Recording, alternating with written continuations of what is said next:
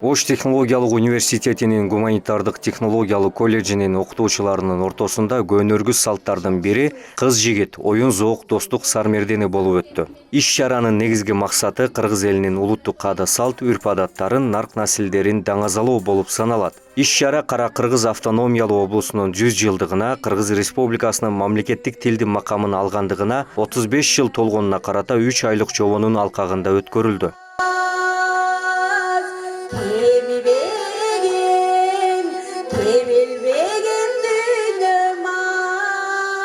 Бардык көйгөйлөрүбүз эстен чыгып, сиздер менен бирге кирип кеткендей эле болдук да эмегечи.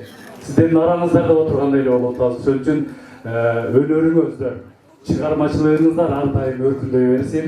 Сиздерди бир эле ушул билим берүү менен алек болбостон, мына окшогон бизге жакшы маанайды тартуулап турганыңызга биз тилектешмин. Мен азыр ушул сиздердин көзүңүздө эле айтып коеюн, Ашим Жулпуевичке мындай иш чараларды бизден жашырбастан тез өткөрүп турмуз. Анан буну аябай созушунун деле кереги жок. Ай сайын өткөрсөңүз деле биз макулбуз. Себеби дегенде буну менен биз өзүбүздүн өмүрүбүздү, өзүбүздүн жашообузду жаркын жашоого айландырабыз, өзүбүздүн өмүрүбүздү узартабыз. Күлкү, шаттык буга эмне жетсин? Буга эч нерсе жетпейт. Ошондуктан урматтуу биздин кесиптештерибиз сиздерге аябай чоң ыраазычылык билдирем.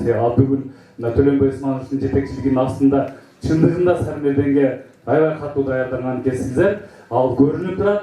Анан негизгиси биздин ата-бабаларыбыздын каада салтын эстен чыгарбастан мына ошону биздин жаштарыбызга, студент досторубузга алып келип мына ошолордун алдында тартуулап, ушуну кийинкиге улап кеткенге сиздердин үлгү катары отурасыздар да. Ушунуңуздар үчүн мен сиздерге аябай чоң ыраазычылыкты билдиремин. Бакырайсаң бакырайыңа бакырай, мага демек малдаш уруп бакырай.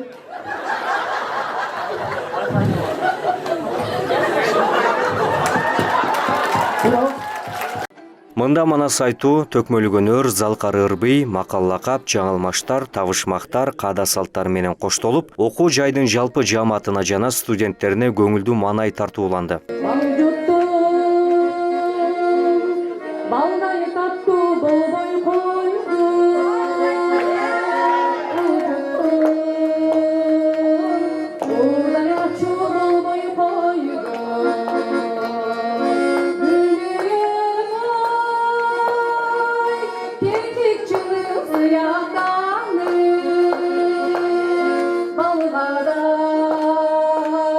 Иш чара окуу жайдын мамлекеттик тил бөлүмүнүн проректору профессор Зулпуевдин демилгеси менен уюштурулду. Жыйынтыгында калыстар тобунун чечими менен атаандаш тараптар тең чыгып, достук жеңиши менен аякталды.